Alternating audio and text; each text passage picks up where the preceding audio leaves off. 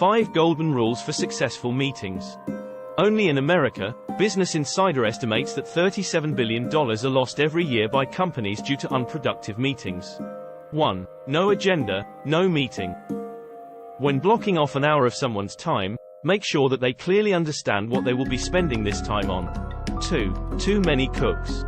Meetings with numerous participants usually end in opinionated or cross discussions, with attention being scattered and, ultimately, in a collective waste of everyone's time.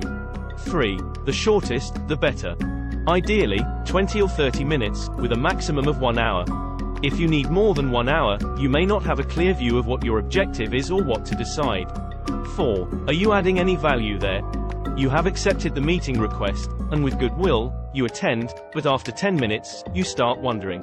Exactly, what am I doing here? 5. Timing is key. During the morning, people have fresher minds. Meet in the morning, work after lunch. Do not send meetings at crazy hours, as anything after 6 p.m. will most probably disappoint people, and you won't get much value.